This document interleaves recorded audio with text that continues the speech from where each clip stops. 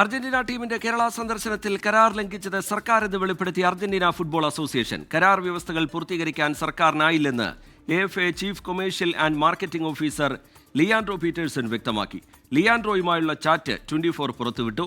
അതേസമയം മുമ്പ് AFA പ്രതിനിധിയെന്ന് വിശേഷിപ്പിച്ച പീറ്റേഴ്സനെ വെറും മാർക്കറ്റിംഗ് ഹെഡ് എന്ന് പറഞ്ഞ് തള്ളുകയാണ് ഇപ്പോൾ കായിക മന്ത്രി വി അബ്ദുറഹിമാൻ.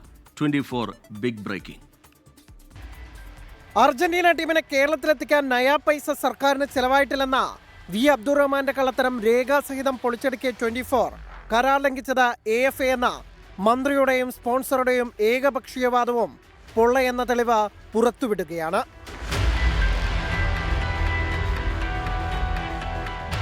$130 കോടി വാങ്ങി അർജന്റീന ടീം വഞ്ചിച്ചെന്ന സർക്കാരിന്റെയും സ്പോൺസറുടെയും ആരോപണത്തെക്കുറിച്ചായിരുന്നു AFA chief commercial and marketing officer Leandro പീറ്റേഴ്സിനോട് സമൂഹമാധ്യമമായ ലിങ്ക്ഡിനിലൂടെയുള്ള ചോദ്യം. ഇതിനുള്ള ലിയാൻഡ്രോ പീറ്റേഴ്സിന്റെ മറുപടി ഇങ്ങനെ: അർജന്റീന കരാർ ലംഘിച്ചുവെന്ന ആരോപണം ശരിയല്ല, അങ്ങനെയൊന്ന് ഉണ്ടായിട്ടേയില്ല. കേരള സർക്കാരാണ് കരാർ വ്യവസ്ഥകൾ പാലിക്കാതിരുന്നത്, അവരാണ് കരാർ ലംഘിച്ചത്. അതേസമയം ഏത് പീറ്റേഴ്സൺ എന്ന മട്ടിലാണ് മന്ത്രിയുടെ വിശദീകരണം. അദ്ദേഹം ഇതിന്റെ മാർക്കറ്റിംഗ് ടീം മാത്രമാണ്.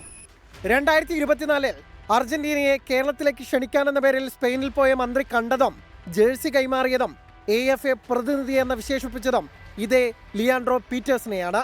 മെസ്സി എന്നെങ്കിലും വരുമോ എന്ന ചോദ്യത്തിന് മന്ത്രിയുടെ മറുപടി ഇങ്ങനെ: ഒക്ടോബർ നവംബറിൽ കളിക്കുക, അതല്ലെങ്കിൽ നമ്മൾ സലാം പറയാം, വേറെന്താ. Anil Vasudev, sports desk, 24.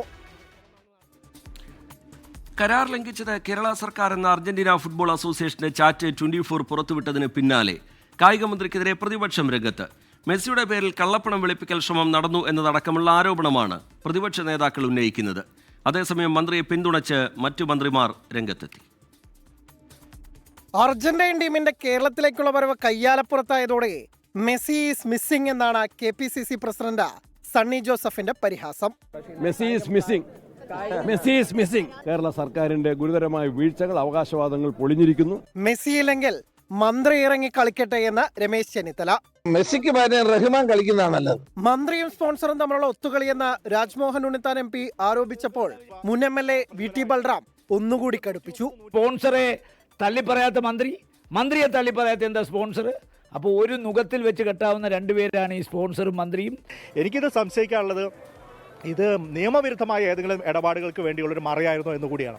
ഇതിനിടെ അബ്ദുറഹ്മാനെ പിന്തുണയുമായി മന്ത്രിമാരായ V ശിവൻകുട്ടിയും ഗണേഷ് കുമാറും രംഗത്തെത്തി. മെസ്സി വരുന്നില്ലെങ്കിൽ ആ കാശ് ഉപയോഗിച്ചുകൊണ്ട് ഒരു 100 കോടി രൂപ മുടക്കി നമുക്കൊരു കേരളത്തിലാകെ ഒരു 100 സ്റ്റേഡിയം നിർമ്മിച്ചിട്ടാൽ അത് നമ്മുടെ കുട്ടികൾക്ക് കളിക്കാനും എന്നും മെസ്സിയുടെ പേരും കൂടെ വേണമെങ്കിൽ കൊടുക്കാം.